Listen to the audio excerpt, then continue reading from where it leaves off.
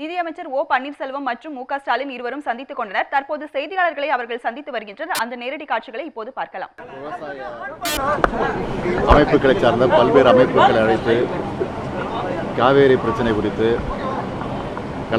ஒரு கலந்துரையாடல் நிகழ்ச்சி நடத்தி அதில் எடுக்கப்பட்ட அந்த தீர்மானத்தின் அடிப்படையில் இன்றைக்கு மாண்புமிகு நிதியமைச்சர்களை சந்தித்து அந்த தீர்மானத்தினுடைய நகலை அந்த கூட்டத்தில் பங்கேற்ற விவசாய சங்க அமைப்புகள் நிர்வாகிகளுடைய கையெழுத்துக்கள் அடங்கிய அந்த தீர்மானத்தின் நகலை அவரிடத்தில் வழங்கி அதில் குறிப்பாக தமிழகத்தில் இருக்கக்கூடிய அனைத்து கட்சி கூட்டத்தை கூட்ட வேண்டும்.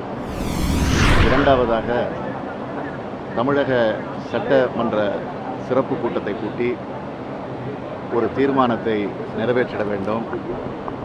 மூன்றாவதாக தமிழகத்தில் இருக்கக்கூடிய அனைத்து கட்சியினுடைய தலைவர்களை அதேபோல் விவசாய சங்க அமைப்புகளுடைய நிர்வாகிகளை அத்தனை பேரையும் அழைத்து கொண்டு டெல்லிக்கு அழைத்து சென்று பிரதமரை சந்தித்து அவர்களிடத்தில் அழுத்தம் தர வேண்டும் என்கிற 3 தீர்மானங்களை வலியுறுத்தி நேற்றைக்கு நிறைவேற்றப்பட்ட அந்த தீர்மானத்தை இன்றைக்கு நிதியமைச்சரிடத்தில் வழங்கியிருக்கிறோம். நிதியமைச்சரிடத்தில் மட்டுமல்ல, பொதுப்பணித்துறை அமைச்சரிடத்திலும் அதேபோல் தலைமைச் செயலாளரிடத்திலும் அதனுடைய நகலை வழங்கியிருக்கிறோம். உரிய நடவடிக்கை எடுப்பதாக நிதியமைச்சர் அவர்களும் பொதுப்பணித்துறை அமைச்சர் அவர்களும் எங்களிடத்தில் உறுதிமொழி தந்திருக்கிறார்கள். ஒரே ரூம்ல தான் பாத்தீங்கன்னா தனித்தனி ஒரே ரூம்ல தான் பக்கத்துல தான் வேற தலைமைச் செயலாளரை பார்க்கல. அதனுடைய காப்பியை தலைமைச் செயலாளர் அலுவலகத்துக்கு அனுப்பிச்சு பின்னாடி தமிழக அரசு செயல்படுவதாக நீங்கள் கருதுகிறீர்களா? செயல்பாட்டில் இருக்கிற தமிழக அரசு நீதிமன்றம் மூலமே